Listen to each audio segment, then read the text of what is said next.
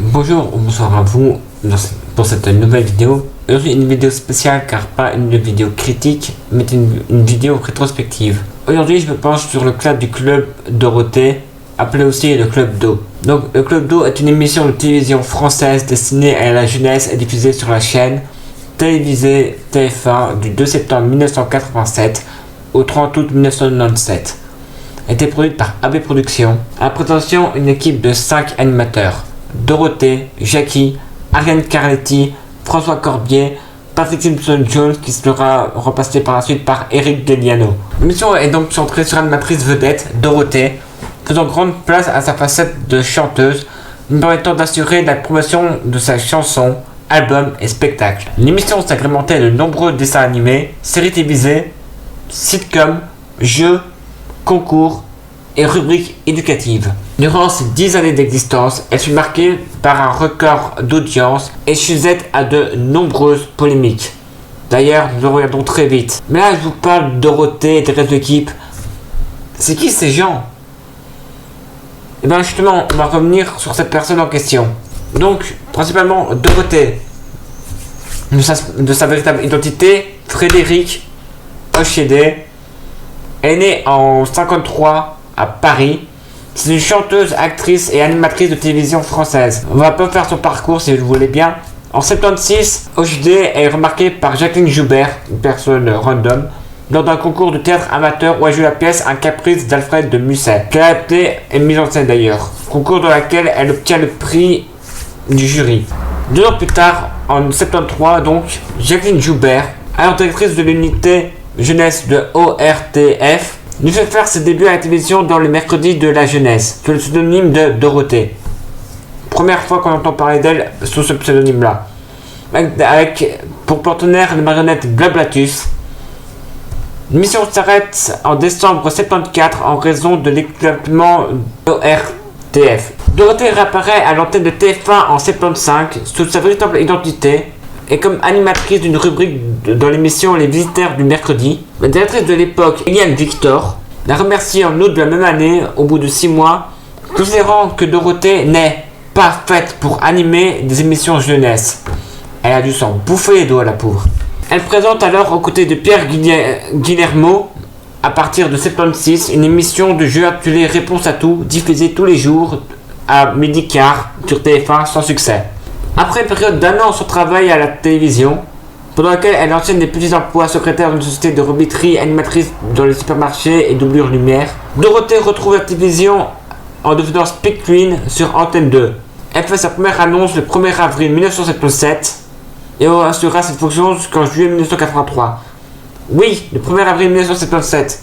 Au début, je croyais aussi que c'était un poisson d'avril, mais non. En septembre 1977, donc, elle renoue avec des émissions pour enfants et en animant Dorothée et ses amis durant une saison. Un bond d'1 an pour arriver en 78 où Jacqueline Joubert est nommée à la tête des émissions de la jeunesse d'Antenne 2 et rappelle Dorothée pour la création de Récréa 2. Prévu à la base pour une truc estival avec une version présentée par Dorothée, l'acteur Gérard Chambre et l'animateur Fabrice. L'émission obtient un tel succès qu'elle s'installe à temps plein sur la grille d'Antenne 2 à partir de 78. Elle reste à l'antenne pendant 10 ans. Le trio sera rejoint progressivement par Pierre Jacquemont, William Lémergie, Ariane Gill, Patrick Simpson-Jones, Jean-Jacques Chardot, Alain Chafour, Ariane Carletti, Jackie, Elfie, Corbier, Marie Dauphin, les actrices Jabu Tretman et Charlotte Caby, ainsi que Cabu, dessinateur à Charlie Hebdo,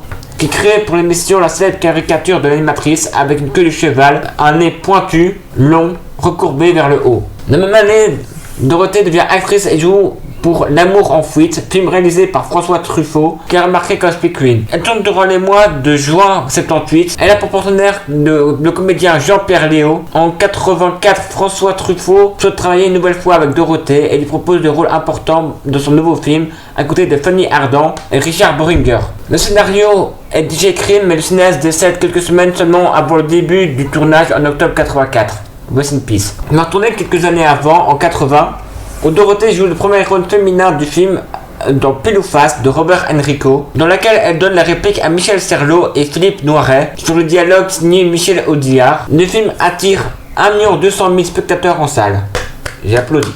Au même moment, elle rencontre Jean-Luc Azoulay et Claudia Berda, dirigeants de la société AB Productions, qui lui proposent de chanter mais elle refuse. Ils parviendront à la convaincre d'enregistrer un conte pour enfants, dont elle sera simplement la narratrice au fil des enregistrements de l'album en décembre 79. Elle finit par accepter de chanter plusieurs chansons. Le premier album, Dorothée au pays des chansons, sort en mars 80. Sera adapté en comédie musicale sur scène et sur la télévision. Elle connaît ensuite le succès avec Rox et Rookie de 81 ou La Menteuse en 82 pour faire une chanson en 83 et Schtroumpf en 83, Qu'il est bête en 84, C'est dur de travailler en 84, Les Petits Ewoks en 85, Vive les vacances en 85, Allô, allô monsieur l'ordinateur toujours en 85, Détective privé en 85 toujours, Tant qu'on a mis en 86, Maman en 86. Pendant toute sa carrière, donc entre 81 et 83 surtout, elle vend plus de 4 millions de disques. Et un extrait de la chanson Ou La Menteuse et les chansons de Rox et Rookie seront numéro 1 pendant 9 semaines,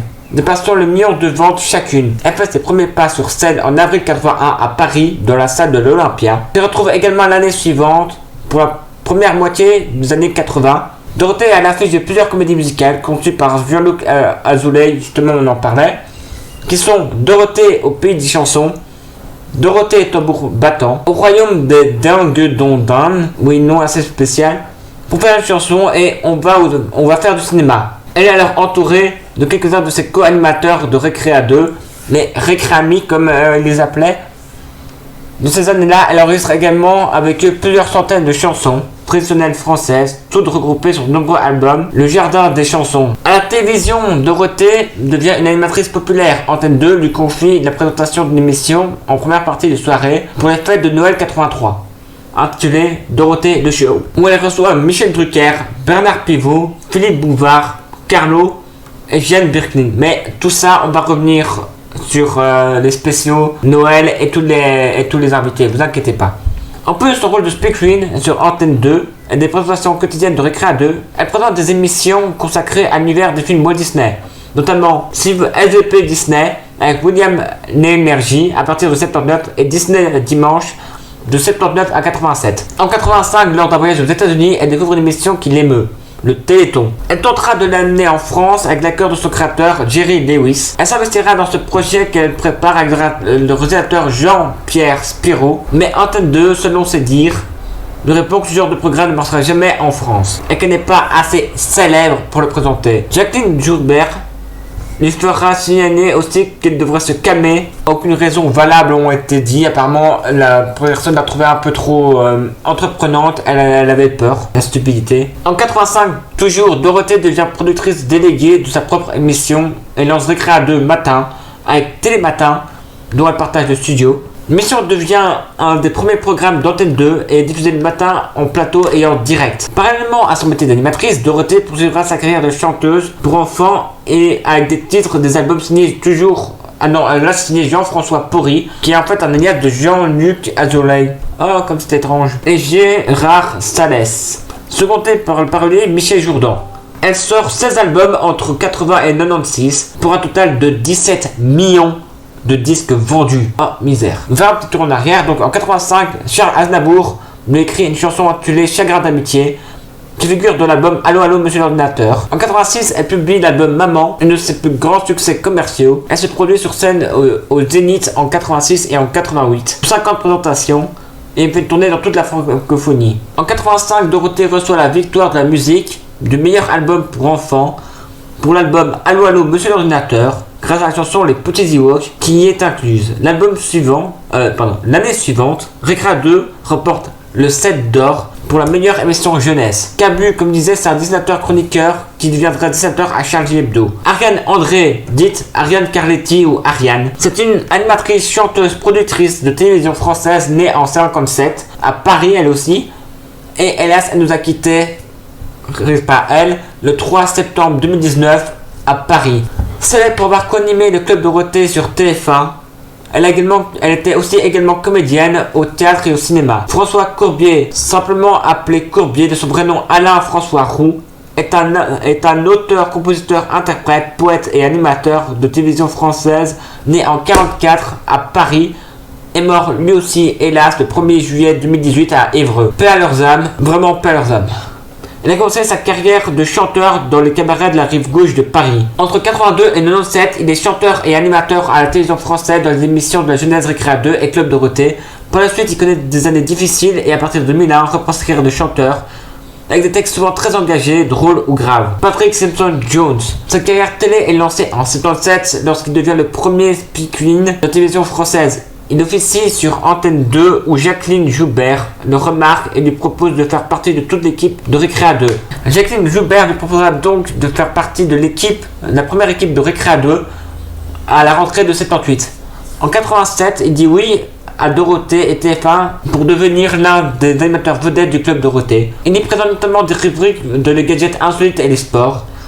Patrick devient un élément fort de la bande, à la fois gentleman, sportif et blagueur, souvent à l'origine des mémorables fous rires. Un jour, Patrick a eu marre de son statut d'animateur pour enfants et quitta le club Dorothée une première fois en 91 pour rejoindre la 5 et présenter le jeu La Ligne de la Chance aux côtés d'Amanda McLean, non pas celle de Die Hard. Mais il quitta le jeu dès mai 91 pour revenir sur TF1 la même année en septembre. Pendant l'émission Télévitrine, il réintégrera le club Dorothée en novembre 92 pour le quitter en novembre, mais cette fois-ci une version définitive en 96. Bon, je ne vais pas faire le tour de tous parce que je donnerai pour des années. Donc, le club d'eau, leur premier tournage en tant que club Dorothée aura lieu en 87. Comme j'ai dit, ce sera Jean-Luc Azoulay et Claude Berda, créatifs de l'AB Productions, qui décideront de fonder un studio à la plaine Saint-Denis, au nord de Paris, où ils emménageront dans l'entrepôt 233 un hangar avec des toiles à la place des murs, selon Robert Réa, premier réalisateur de l'émission. La réalisation était initialement menée par un car régie. En 78, AB signe un contrat de 3 ans avec TF1 et décide d'investir entre 150 et 200 millions de francs pour créer ses propres infrastructures. Les studios AB, qui garderont le nom de Studio 7 dans l'émission, sont construits au 144 avenue du président Wilson, 12 rue de Montjoie et inaugurés en 88. Petit passement de produit, ce que j'ai appris, c'est que les locaux étaient toujours visitables. Maintenant, à quel prix? Est-ce que c'est encore d'actualité? Est-ce que l'article datait de quelques années? Le club Dorothée a fait des séries animées de sa force dès sa création en 87. Et surtout, à la rentrée de 88, auparavant à la rediffusion de séries cultes comme Candy, Goldorak ou Captain Flamme. D'ailleurs, Captain Flamme, je vous rappelle que j'en ai fait une critique. Il acquit un stock très important de dessins animés, la plupart de provenance du Japon, car les tarifs défiaient toute concurrence. Les producteurs Jean-Luc Azoulay et Claude Berda avaient acheté les droits des dessins animés à plusieurs maisons de production japonaises, comme la Toei Animation ou la TMS, qui deviendront, ne vous inquiétez pas, on les connaît très bien, sous un autre nom. Ça commence par un K, ça suit d'un A, un N et un A. Oui, vous n'énervez pas, mes chers amis, je me parle bien sûr de nos amis de Kana. Certains, comme Ken le Survivant, Lamu, les Chevaliers du Zodiac. D'ailleurs, les Chevaliers du Zodiac, même chose, j'en ai fait un live, n'hésitez pas à aller le revoir.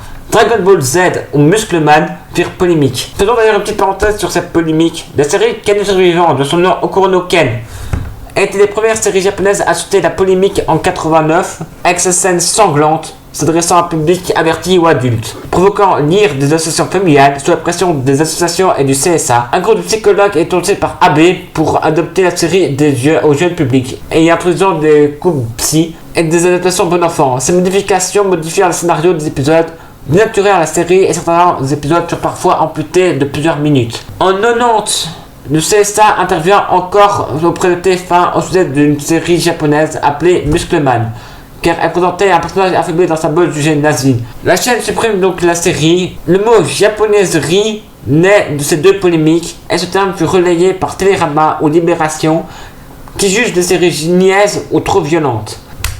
Quand les journaux mainstream s'en mêlent, perdent du temps, c'est foireux. L'année d'après, en 91, le CSA sanctionne la chaîne pour avoir diffusé des scènes de sadisme et de violence dans l'épisode de série Dragon Ball Z et Superboy, diffusé quelques mois plus tôt. Une des hypothèses de l'arrêt de la série du 23 novembre 1996 est liée au lancement cinétique jeunesse du CSA, provoquant de ce fait l'arrêt de Dragon Ball Z, car inadapté au jeune public. En 93, pendant 2 ans, ils leur ont foutu la paix puis ils sont revenus en force. La série animée japonaise Mes très chers frères suscite une large polémique par son contenu sombre. Cette série aborde des thèmes comme le suicide ou l'ambiguïté sexuelle.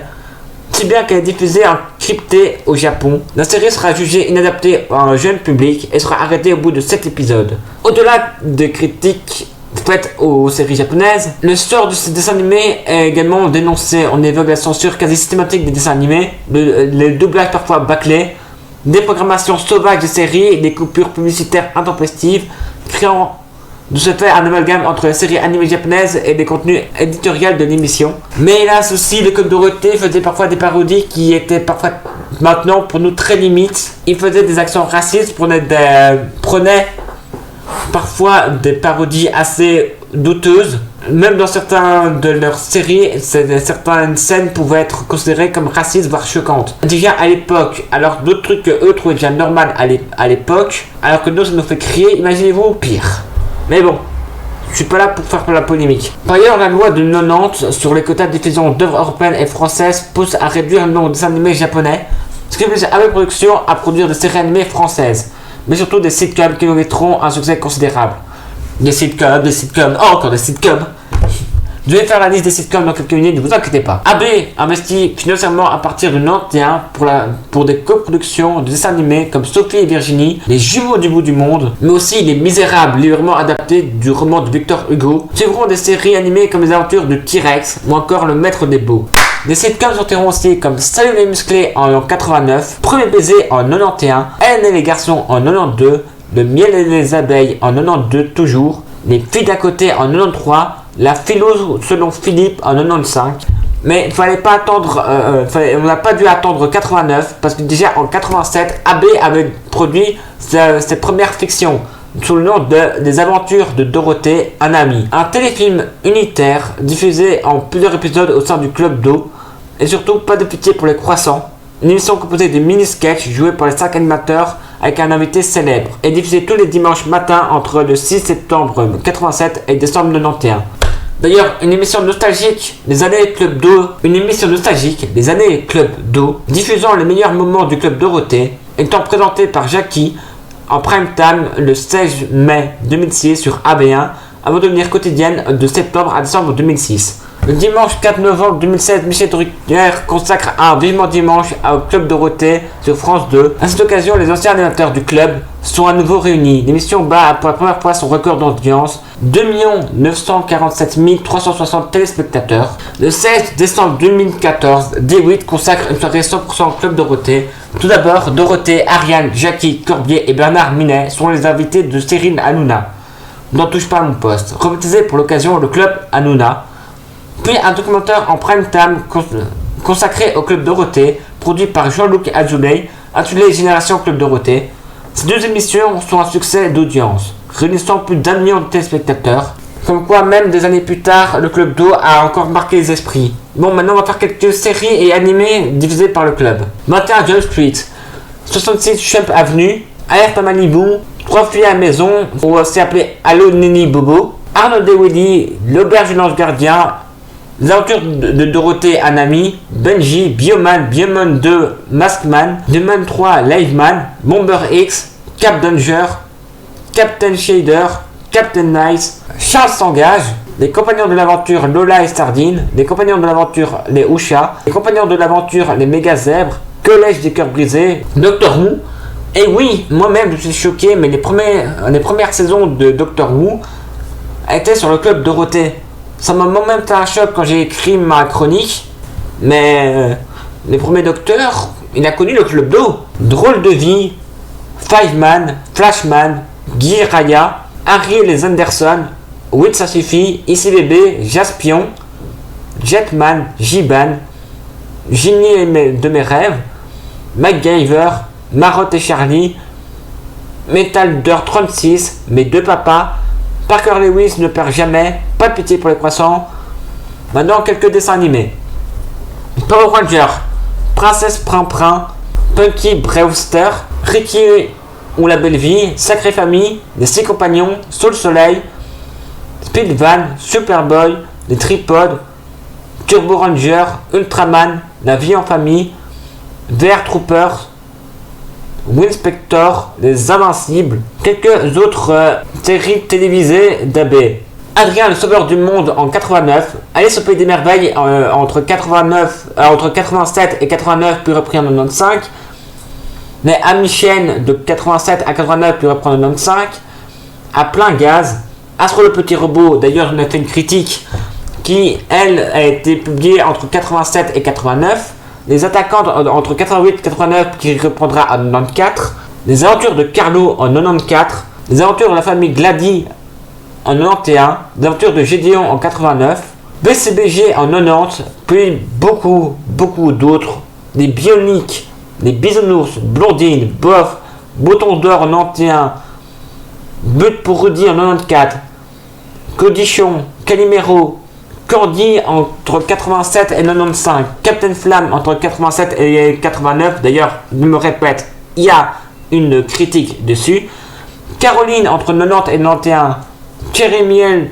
entre 88 et 90, Cobra Rediff jusqu'en 97, Cosmo 4 entre 85 et 86, le Chevalier du Zodiac qui il y a une critique dessus, je rappelle, d'arrêter de faire ça, de me faire taper, entre 88 et 92 puis qui reprendra en 97, Cœur en 89, le collège des ninjas en 91, le collège Fou entre 89 et 97, Crémy, merveilleuse Crémy sous le nom de Adorable Crémy entre 94 et 95, Dame Bouqueline et les mini couettes entre 87 et 88 qui reprendra en 94, Don Cougar en 91, Dennis la Malice en 95, Dino Rider, Dr Slump entre 88 et 90, Dragon Ball entre 88 et 90, Dragon Ball Z entre 90 et 96, L'école des champions entre 92 et 93 qui reprendra en 97, Flo et les Robinson Suisses en 94,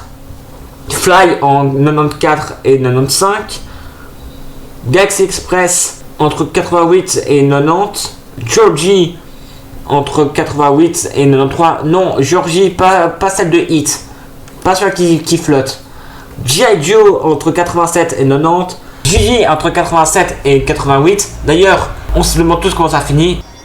Allez, tous avec moi. Gigi, Gigi, Gigi, oui c'est vrai, c'est bien fini. Sous le citone, il y a une petite fille. Il en reste que du hachis, c'est toi Gigi.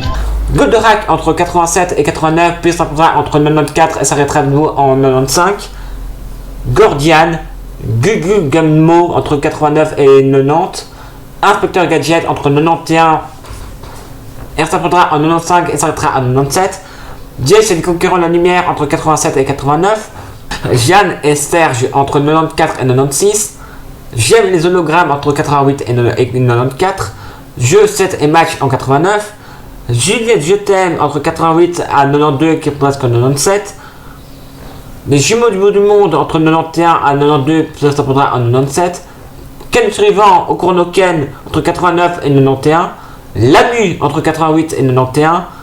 La légende du Cro-Blanc. Les Nuxioles. Lucille, Amour et Rock'n'Roll entre 91 et 93 et ça s'arrêtera en 97. Magic Tickle en 92, Mako en 89, les Maîtres des Bols en 94, le Manager chanté de janvier-février 89, Masque en 87 jusqu'en 89 et sortira en 95, Max et compagnie en 1993 jusqu'à 1997, Make en 92, Mes tendres années en 91, les Mini-Pousses de 87 à 96, les Misérables de 1992 à 94,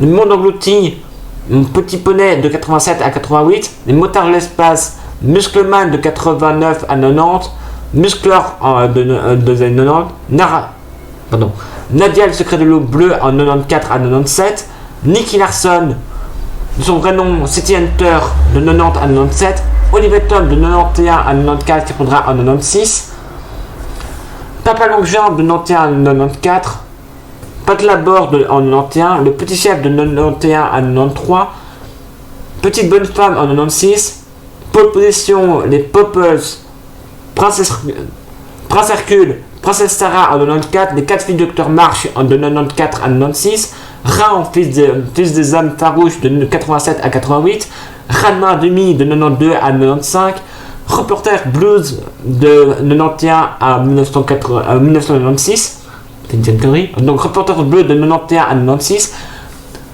La Revanche des Gobots, Le Rêve de Ginny de 96 à 97, Robocop de 94 à 96, Robotech, Sablotin, Sal Rider, Sailor Moon de 93 à 97, Sally la petite sorcière de 90 à 94, Les Sunbreak de l'éternel de 90 à 91, Sherlock Holmes, Shurato en 91, Silverwalk, Sophie Virginie de 90 à 96, Starcom de 88 à 90, Supertech en 91, Topi Cage, Tommy et Magali en 1991, s'y répondra en 93 et elle s'arrêtera en 94.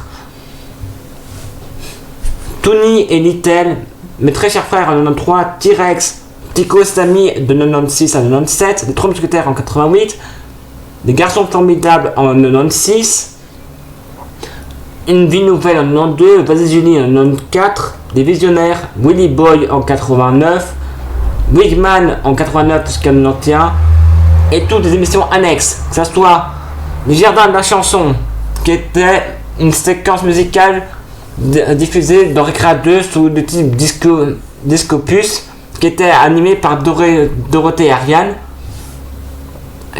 qui était diffusée en 89. Le Jackie Show, c'est une émission musicale faite par Jackie de 86 à 95. Spécial Disney, c'est une émission pour enfants Dorothée et Ariane de 89 à 90. Terre Attention Danger, c'est une émission animalière Dorothée et Michel Klein de 91 à 95. Club Mini, émission pour les tout petits Dorothée, Ariane, puis ce sera Ariane et Jackie de 90 à 96. Club Science, c'est une émission scientifique de Dorothée et Michel Chevalet de 90 à 93. Le Noël de l'amitié, 5 émissions caritatives spéciales, c'était Dorothée et toute son équipe de 92 à 96. Des millions de copains, c'était aussi une caritative dominicale, faite par Dorothée de 93 à 97. Dorothée Show, aussi une émission spéciale en prime time, c'était Dorothée et toute son équipe de 87 à 94. Club Plus, émission d'interview de Dorothée de 92 à 93. Et toutes les émissions prime time, que ce soit le 26 décembre 87 avec le Dorothée Show, le 24 décembre 91 avec le cadeau de Noël, le 5 septembre 92 avec le cadeau de la rentrée, le 29 octobre 93 avec Dorothée Rock'n'Roll Show, le 31 décembre 93 Dorothée Rock'n'Roll Show spécial Réveillon, le 31 décembre 1994 avec Dorothée Rock'n'Roll Show spécial Réveillon. Et quand vous dites qu'ils ont eu une liste immense d'invités, je vais vous en citer voilà quelques-uns. François Mitterrand, politicien. Albert Uzo, dessinateur. Sœur Emmanuel, une personne connue, une seule personne. Christophe Clavier. C'était la fête, c'était un peu le lieu de rendez-vous. Ils ont eu de tout. Ils ont des dessinateurs, des politiciens, des chanteurs, des personnes du show business, des 5 personnes, ils ont eu tout. Mais hélas, toutes les bonnes choses ont une fin. Car les signes de déclin apparaissent dès le début des années 95. L'émission quotidienne du matin est finalement supprimée au profit de tout à slip. Un grand délai de mercredi après-midi sont considérablement réduits à partir de mai 95 et les émissions du week-end sont toutes supprimées à partir de 96, à l'exception du samedi. D'ailleurs, en mai 95, AB Productions lance son bouquet satellite AB Stat pour faire concurrence à TPS, le bouquet des chaînes satellites de TF1, qui peut travailler en interne avec AB. Alors que tout devient son nouvel adversaire, la TF1 est immédiate et prend en fait le temps d'antenne de Club Dorothée, qui alors est considérablement réduit. Notamment sur le mercredi après-midi, surtout sur du mercredi après-midi qui passe de 3h à 40 minutes. L'émission change de formule alors et devient le Super Club Dorothée, constitué des équipements de chansons. Dorothée, des chanteurs issus de la série AB Productions, chantent en live, en duo ou trio. Mais hélas, à la rentrée de septembre 95, le Club Dorothée du mercredi après-midi reprend.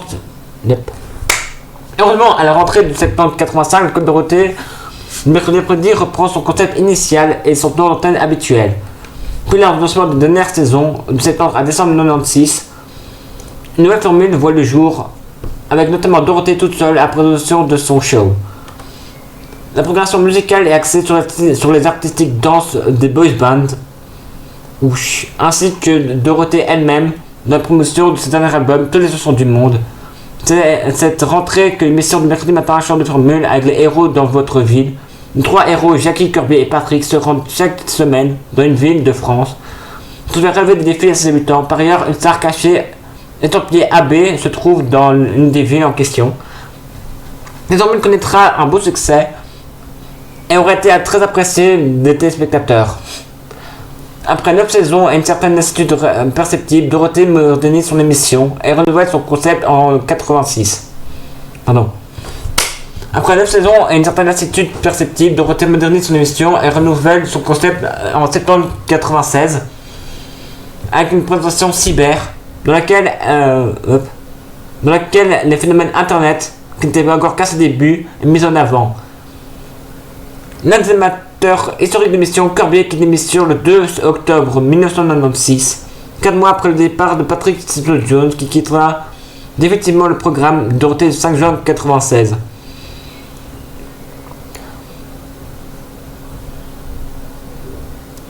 C'est à cette période, en novembre 1996, que l'animatrice recrute dans son équipe son ancien concurrent de l'émission jeunesse, Eric Galliano. L'animateur trentenaire amène un peu de folie, de fraîcheur et de modernité dans la dernière saison du Club d'eau, dont le jour se faisait sentir.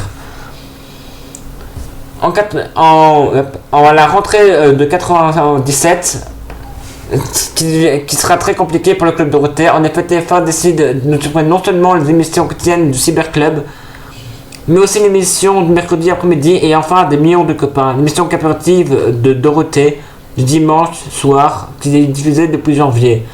Et en fin de compte, en juillet 1997, le Club Dorothée est seulement diffusé le mercredi matin de 9h30 à 11h15 et le samedi matin de 7h10 à 8h.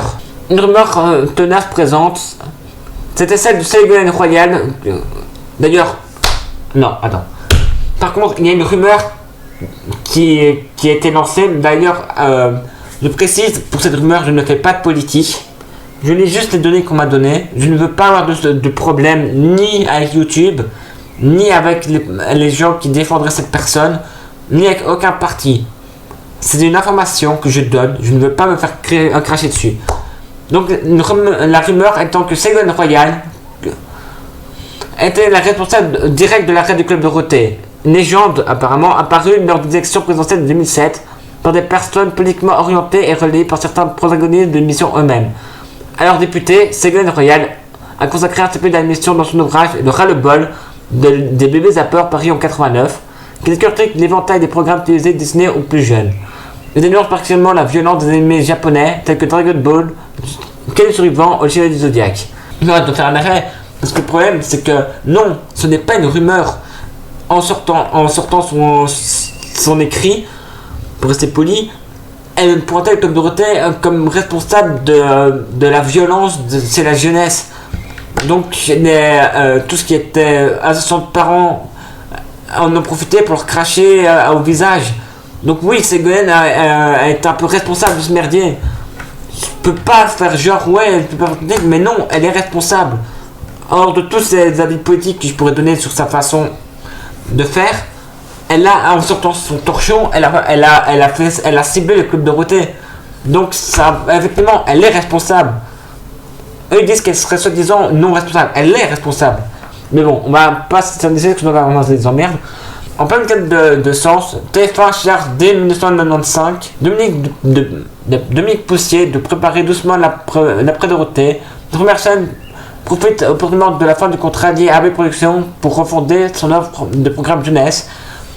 Courant mars 1997, malgré une audience tout en télé.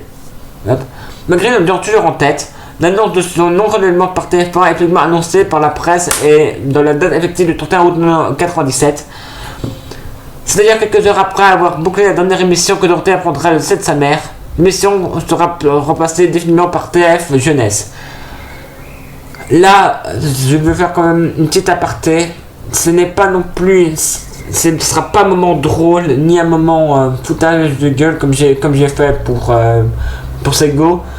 Là, Mais là, c'est vraiment une pensée triste pour Dorothée. Que là, non seulement elle apprend que son émission, ce qui est un peu son enfant, n'aura pas de suite. Donc c'est déjà une douleur.